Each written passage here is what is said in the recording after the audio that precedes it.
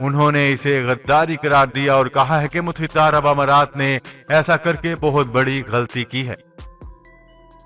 ترکی کے تیار کردہ جدید ترین ڈرون طیارے کی کامیاب ٹیسٹ پرواز۔ ترکی نے مقامی طور پر تیار ہونے والے جدید ترین ڈرون طیارے کی کامیاب ٹیسٹ پرواز کی ہے۔ اس طیارے نے لگ بھگ 62 منٹ تک فضا میں پرواز کی۔ تفصیلات کے مطابق ترکی انجینئرز کی بدولت تیار ہونے والے جدید ترین ڈرون طیارے کی آزمائشی پرواز کامیابی سے مکمل کر لی گئی۔ یہ ڈرون طیارہ مقامی طور پر تیار کیا گیا ہے۔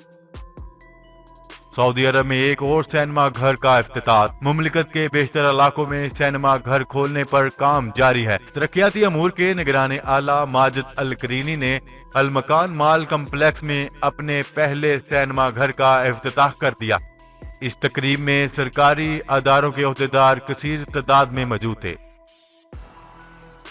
بحرین اور سعودی حکومت کا عوام کی سہولیات کے لیے بڑا فیصلہ۔ سعودی عرب اور بحرین کے مابین ریلوے سروس شروع کرنے کے حوالے سے عوامی سروے کا اہتمام کیا جا رہا ہے۔ سروے کا اہتمام دونوں ممالک کی سرحد پر واقع شاہ فہد پل کے ادارے کی جانب سے کیا گیا۔ ادارے کی جانب سے کہا گیا ہے کہ ریلوے سروس شروع کرنے کے حوالے سے عوامی سروے کے بعد دونوں ممالک اس کا جائزہ لے کر فیصلہ کریں گے۔ وزیر خارجہ شاہ محمود قریشی 20 اگست کو چین کے دورے پر روانہ ہوں گے۔ دورے میں اعلیٰ چینی قیادت سے ملاقاتیں کریں گے، جس میں سی پیک، لداخ اور خطے کی سیکیورٹی صورتحال پر بھی تفصیلی بات چیت کی جائے گی۔ راولپنڈی اور اسلام آباد کے شہریوں کے لیے بڑی خوشخبری۔ پنجاب حکومت آج راولپنڈی اور اسلام آباد میں ڈبل ڈیکر بس کا افتتاح کرے گی۔ تفصیلات کے مطابق جڑواں شہروں کے سیاحتی مقامات کی سیر کے لیے ڈبل ڈیکر بس چلے گی۔ پنجاب حکومت کی جانب سے منصوبہ تیار کر لیا گیا ہے، جس کا افتتاح آج ہوگا۔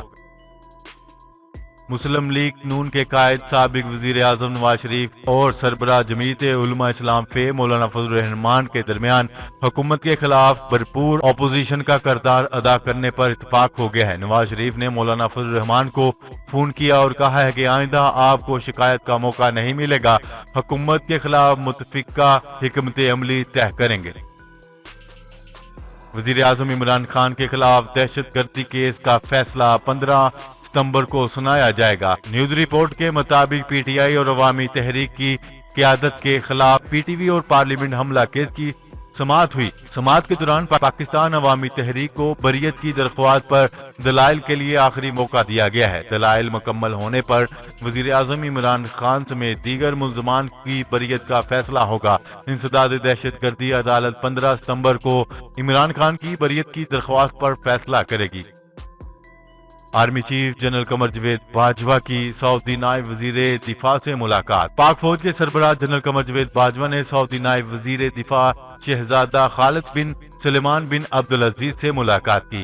آئی ایس پی آر کے مطابق آرمی چیف کی سعودی نائب وزیر دفاع سے اہم ملاقات ہوئی، جس میں باہمی دلچسپی اور دفاعی تعاون پر تبادلہ خیال کیا گیا ہے۔ ملاقات میں علاقائی اور باہمی سیکیورٹی تعاون پر بھی گفتگو کی گئی۔ امریکی ہیلی کاپٹرز کا شامی فوج کی چیک پوسٹ پر حملہ۔ عالمی خبرسا ادارے کے مطابق پیٹرولنگ پر مامور امریکی فوجی شام کے شمالی مغربی علاقے میں داخل ہونا چاہتے تھے، تاہم انہیں شامی فوج کی چیک پوسٹ پر روک لیا گیا، جس پر دونوں جانب سے فائرنگ کا تبادلہ ہوا۔ شامی فوج کے ترجمان کے مطابق اس ناخوشگوار واقعے کے بعد امریکی فضائیہ کے 2 ہیلی کاپٹرز نے مذکورہ فوجی چیک پوسٹ پر حملہ کیا، جس کے نتیجے میں شامی فوج کا ایک اہلکار ہلاک اور 2 زخمی ہو گئے۔ پاکستانی معیشت کے لیے اچھی خبر۔ پاکستان میں بیرون ملک پاکستانیوں کی جانب سے بھیجے گئے ترسیلات زر میں ایک ماہ میں 12.2% اضافہ ریکارڈ ہوا ہے۔ اسٹیٹ بینک کی جانب سے جاری اعلامیے کے مطابق جولائی 2020 میں 2 ارب 76 کروڑ ڈالر کی ترسیلات زر موصول ہوئی ہیں، جبکہ ایک ماہ میں بھیجی گئی ترسیلات زر میں ریکارڈ اضافہ ہوا ہے۔ ابوظہبی کے ولی عہد کو یروشلم کے دورے کی دعوت۔ اسرائیلی صدر نے ابوظہبی کے ولی عہد کو یروشلم کے دورے کی دعوت دے دی۔ یہ دعوت امارات اور اسرائیل کے درمیان تعلقات معمول پر لانے سے متعلق معاہدے کے اعلان کے چند روز بعد دی گئی ہے۔ سعودی اقامہ ایکسپائر اور چھٹی ختم، واپسی کیسے ہوگی؟ اس حوالے سے سعودی حکام میں کرونا وائرس کے پھیلاؤ کو روکنے کے لیے نافذ لاک ڈاؤن کے خاتمے کے بعد حالات بتدریج معمول پر آ رہے ہیں، تاہم بین الاقوامی پروازوں کی بحالی کے حوالے سے ابھی تک کوئی سرکاری اعلان نہیں کیا گیا۔ ایوییشن ذرائع کا مزید کہنا ہے کہ جیسے ہی حکام کی جانب سے اس بارے میں احکامات جاری ہوں گے، عوام کو اطلاع دے دی جائے۔ جی تو ناظرین، آج کے لیے اتنا ہی۔ مزید خبریں لے کر بہت جلد آپ کی خدمت میں حاضر ہوں گے، تب تک کے لیے اپنا خیال رکھیے گا۔ اللہ نگہبان۔ پاکستان زندہ باد، پاکستان آرمی پائندہ باد۔